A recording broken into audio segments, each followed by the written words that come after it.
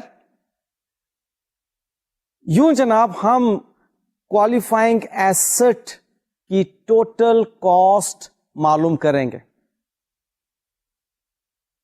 Boring cost جو eligible ہوگی اس کو کیپٹل ایکسپینڈیچر کے طور پر شامل کریں گے کاسٹس انکرڈ آن کوالیفائنگ ایسٹس میں. ٹھیک ہے جی. لیں جی اب مزید ابھی ہم نے اس میں کچھ باتیں سیکھنی ہیں جس میں انتہائی اہم بات یہ ہے کہ ہم بورنگ کاسٹ کو کیپٹلائز تو کر رہے ہیں. لائک 1,60,000 تو کاسٹ انکرڈ تھی. 8,750 بورنگ کاسٹ ہم نے اس میں شامل کر دی. ٹوٹل کاسٹ آف ایسٹ کتنی ہوگی؟ 1,68,000 روپیز. 1,68,750 روپیز. اب وہ 1,68,750 روپیز جو ٹوٹل کاسٹ اس کی ہو گئی, آیا وہ ریکوریبل بھی ہے یا نہیں؟ بہت اہم مسئلہ. ہماری کیرنگ اماؤنٹ ریکوریبل اماؤنٹ سے زیادہ نہیں ہونی چاہیے.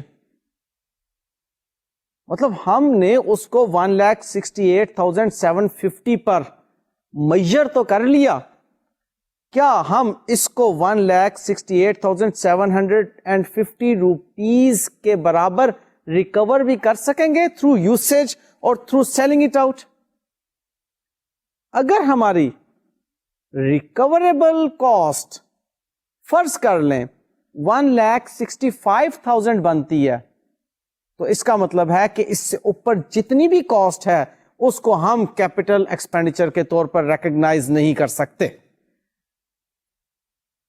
بہت اہم نقطہ کہ ہم نے کیرنگ اماؤنٹ کو ریکوریبل اماؤنٹ سے بڑھنے نہیں دینا. جہاں پر ہمیں محسوس ہو رہا ہوگا کہ بورنگ کاسٹ کو کیپٹلائز کرنے کی وجہ سے ہماری carrying amount means the amount at which that asset is to be shown in the balance sheet. Carrying amount جس پر ہم نے اس کو بیلنس شیٹ میں رکھنا ہے, وہ کیرنگ اماؤنٹ اگر ریکوریبل اماؤنٹ سے زیادہ ہو رہی ہے اس بورنگ کاسٹ کو کیپٹلائز کرنے کی وجہ سے, تو ہم اتنی بورنگ کاسٹ کیپٹلائز کریں گے جتنی کہ ٹوٹل ایسٹ کی کاسٹ کو ریکوریبل سے بڑھنے نہیں دے گی. یعنی کہ ریکوریبل اماؤنٹ تک ہم اس کی ٹوٹل کیرنگ اماؤنٹ کو رکھیں گے. میں نے اگزامپل بھی دی کہ ہماری اس اگزامپل کے مطابق 1,68,750 روپیز ٹوٹل کیرنگ اماؤنٹ بن رہی ہے اگر بورنگ کاسٹ کو ہم کیپٹلائز کرتے ہیں تو.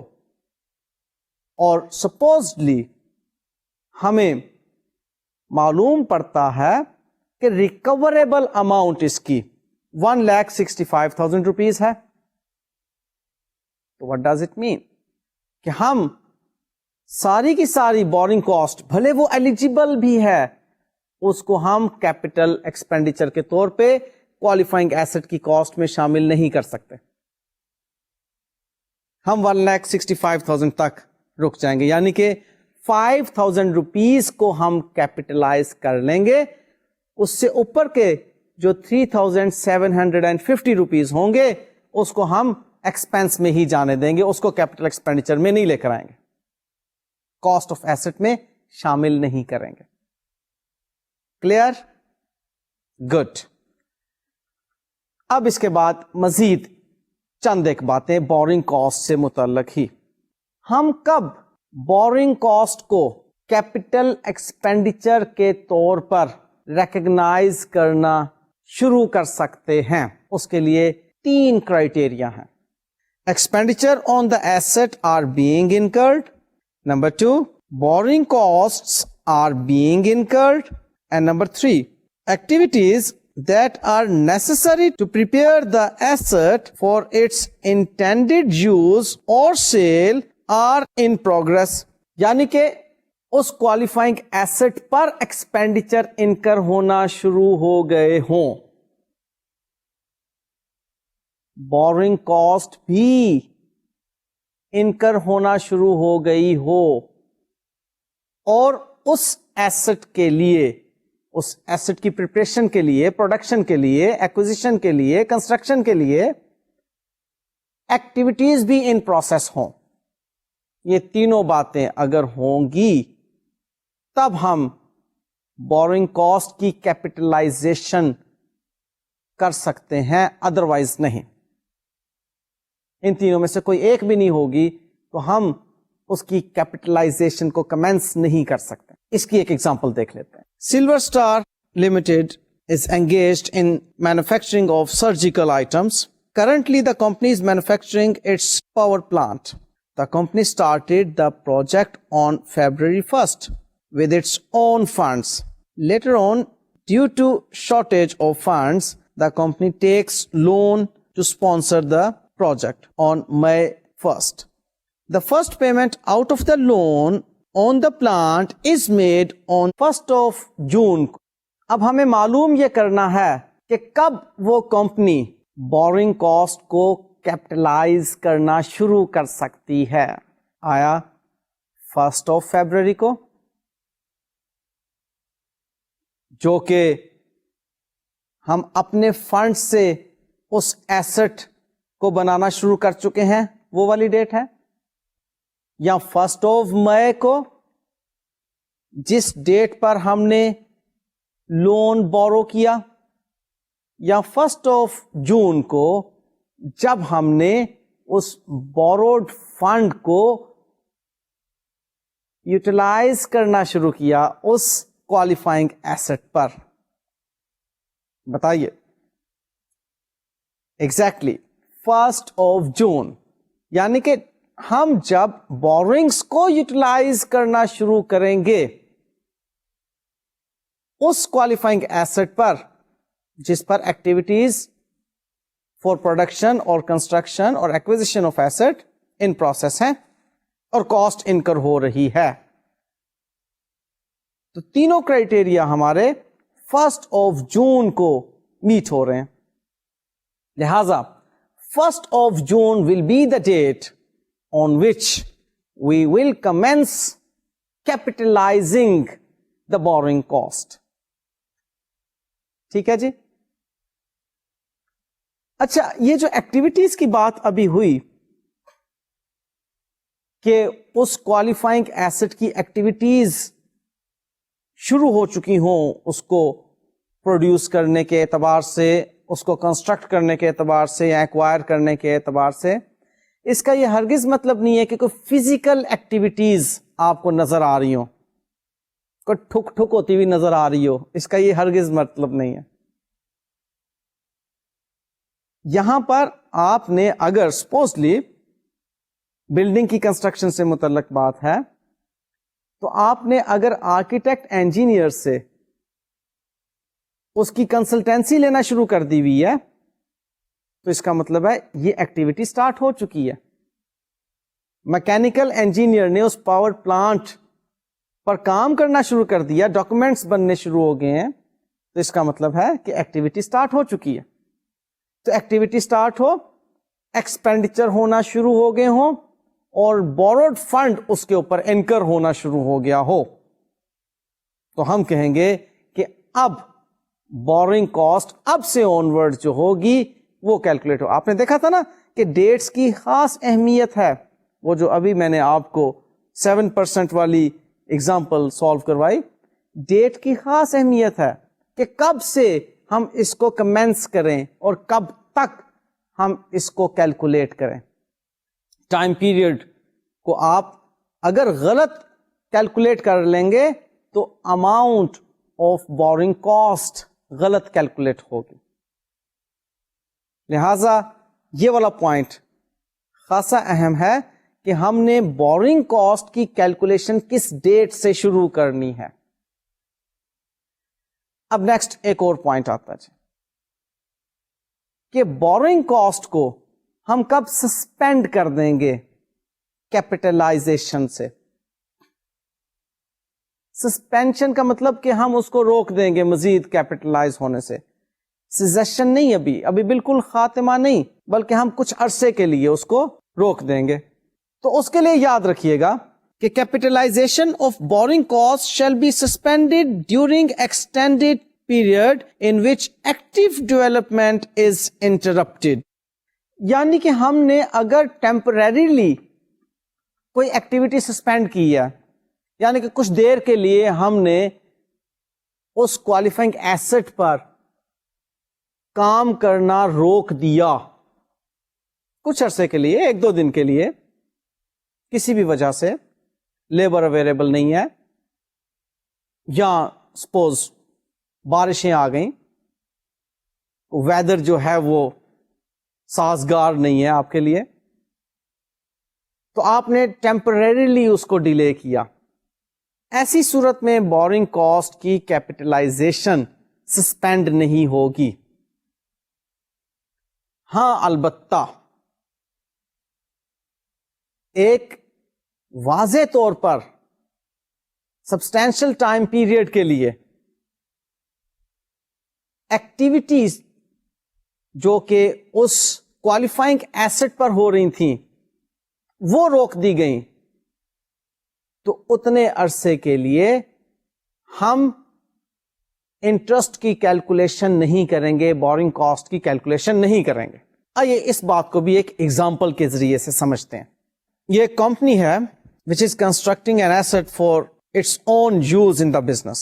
The production of assets started on 30th of September 2006.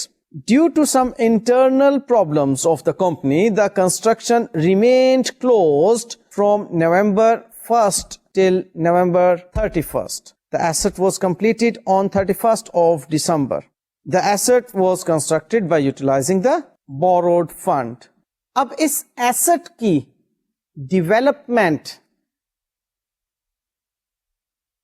بظاہر ہمیں 3 months نظر آ رہے ہیں کہ اکتوبر کا منتھ بھی، نومبر کا، دسمبر، یعنی کہ ہم نے اگر 30th of September کو اس پر کام کرنا شروع کیا اور 31st of December کو اس پر ہم نے کام ختم کیا، تو ظاہری طور پر تو 3 months ہے نا.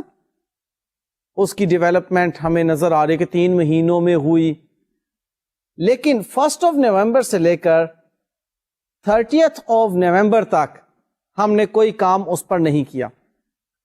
اب پورا 1 مہینہ اس پر کوئی ایکٹیو ڈیولپمنٹ نہیں ہوئی، ایکٹیو ڈیولپمنٹ انٹرپٹ رہی.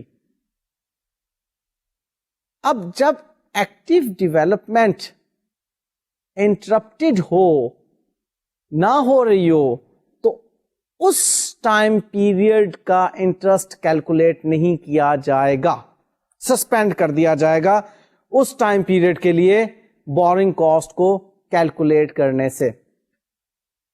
کس بورنگ کاسٹ کو؟ جو کہ ہم نے کیپٹلائز کرنی ہے، جس کو ہم نے ایسٹ کے طور پہ ریکگنائز کرنا ہے. تو اب کتنے مہینوں کے لیے ہم بورنگ کاسٹ کو کیلکولیٹ کریں گے؟ For capitalization purposes 2 months. کیسے؟ 30th of September کو کام شروع ہوا نا، اور پھر 1st of November کو انٹرپٹ ہو گیا. درمیان میں تو صرف اکتوبر کا ہی 1 مہینہ آتا ہے. 30th of September means the next day is 1st of October. اب 1st of November means the last day was 31st of October. تو اکتوبر کا مہینہ کام ہوا، پھر 1st of November سے لے کر 30th of November تک کام نہیں ہوا اس کے اوپر. اب کمپلیٹ کب ہوا؟ 31st of December کو. تو اکتوبر کا کمپلیٹ منتھ کام ہوا، دسمبر کا کمپلیٹ منتھ کام ہوا. اٹ مینس کہ ہم نے اس ایسٹ پر 2 months کام کیا. لہذا 2 months کی بورنگ کاسٹ کیلکولیٹ کی جائے گی. وہ جو کیپٹلائزیشن ریٹ ہوگا وہ اس پر جتنی بھی کاسٹ انکر ہوئی ہوگی اس پر ہم 2 months کے لیے کیلکولیٹ کریں گے، یعنی کہ 2/12 کریں گے اسے. Concept clear? گڈ. سمجھ آ رہی ہے نا؟ یہ باتیں جو چلنا شروع ہوتی ہیں ختم ہی نہیں ہوتی. Boring cost boring cost boring cost ہی ہو رہی ہے. دیکھو باتیں مشکل نہیں اگر اٹینشنز ہوں آپ کی.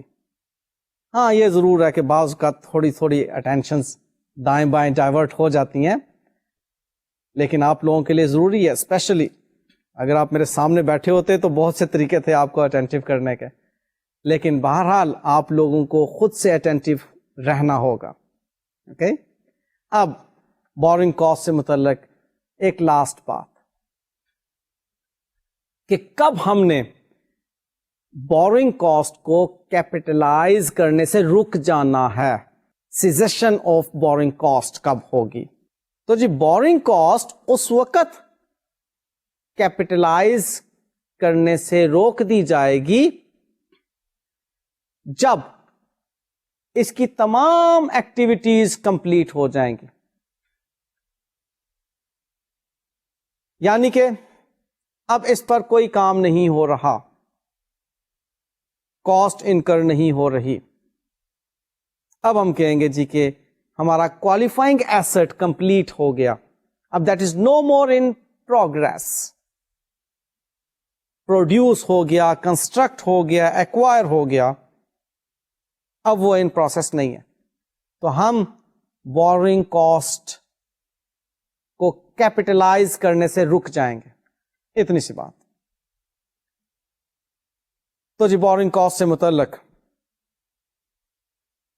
ہم نے جو باتیں سیکھی وہ میں ایک مرتبہ دوبارہ آپ کے سامنے رکھ دیتا ہوں.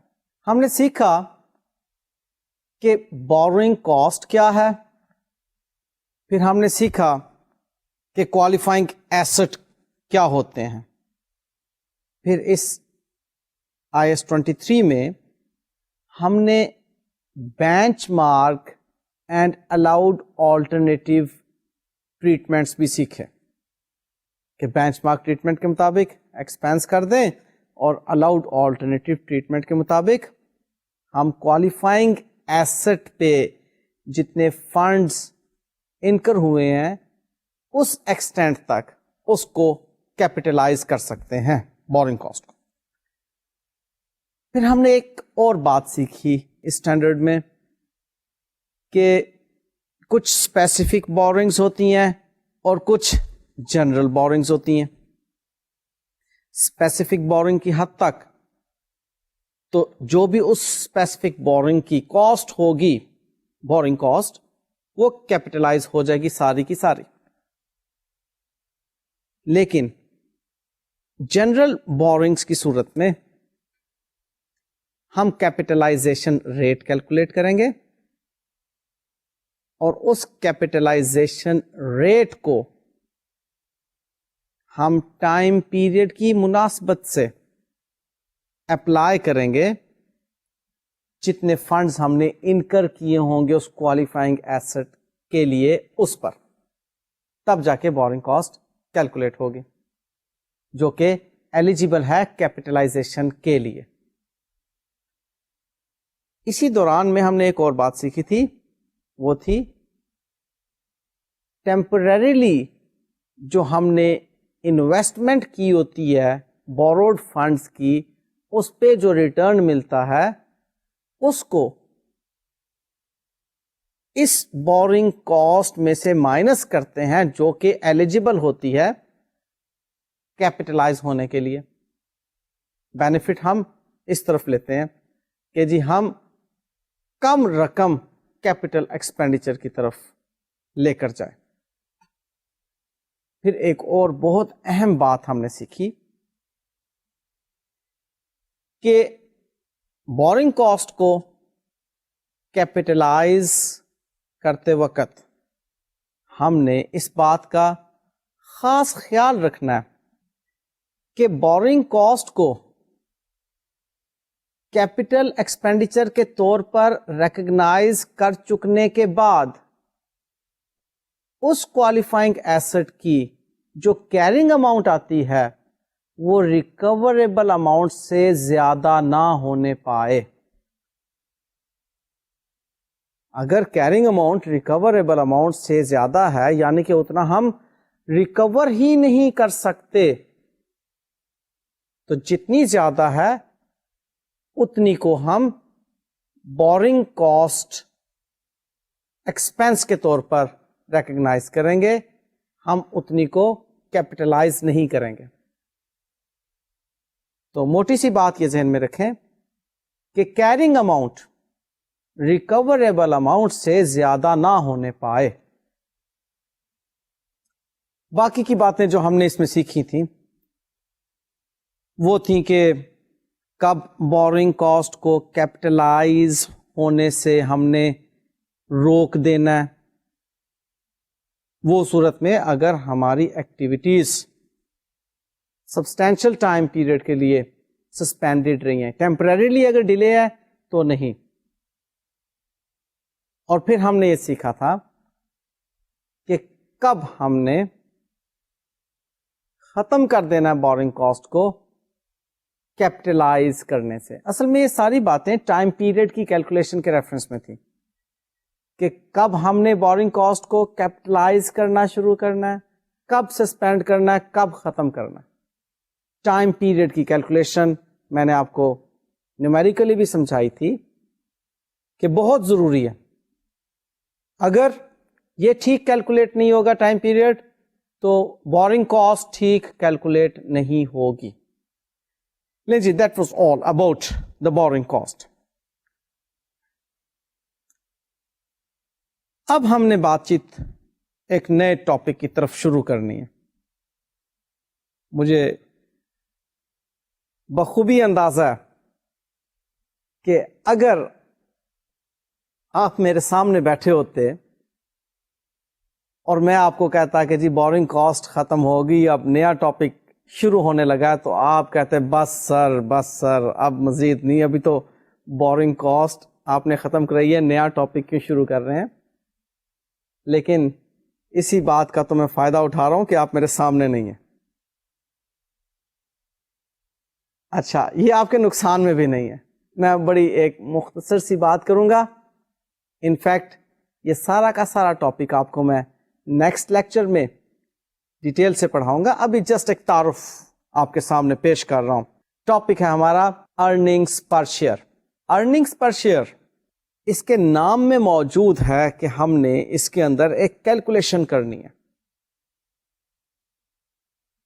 ارننگز کو، جو ہمارے پروفٹس ہیں جو ہم نے انکم سٹیٹمنٹ سے حاصل کیے، ان کو ہم نے number of ordinary shares per divide کرنا، اور پھر ہم نے دیکھنا ہے کہ ہماری ارننگز ہمارے ایک شیئر پر کتنی ہے. تو ٹاپک کیا ہے؟ Earnings per share. یہ in fact international accounting standard number 33 ہے. انٹرنیشنل اکاؤنٹنگ اسٹینڈرڈ نے ہمیں کچھ ارننگز پر شیئر کے بارے میں ہدایات دی ہیں جو کہ ہم نے اس میں پڑھنی ہے. بڑا سادہ سا اسٹینڈرڈ ہے اور آسان باتیں ہیں جو کہ اس میں کی گئی ہیں. آپ فارمولا اس کا پہلے لیجئے، اس کے بعد پھر میں مزید باتیں آپ سے شیئر کروں گا. ارننگز ڈیوائڈیڈ بائی شیئرز، یہ ہے اس کا سادہ سا فارمولا. تو کوئی پریشان ہونے والی بات تو نہیں ہے نا؟ لیکن اس سادہ سے فارمولے کو ہم نے ابھی مزید ڈیٹیل میں دیکھنا ہے، تو انشاءاللہ کمپلیکس بھی ہو جائے گا. ارننگز پر شیئر کا اسٹینڈرڈ ہمیں یہ کہتا ہے کہ ارننگز پر شیئر ہمیں کیلکولیٹ کرنا ہوگی ضرور ان کمپنیز کے لیے جو لسٹڈ کمپنیز ہیں. آپ کو معلوم ہے لسٹڈ کمپنیز کون سی ہوتی ہیں؟ لسٹڈ کمپنیز جو اسٹاک ایکسچینج میں اپنے شیئرز کو رجسٹرڈ کروا چکی ہوتی ہیں، کوٹ کروا چکی ہوتی ہیں، جن کے شیئرز اسٹاک ایکسچینج میں خریدے یا بیچے جا سکتے ہیں، ان کو لسٹڈ کمپنیز کہتے ہیں.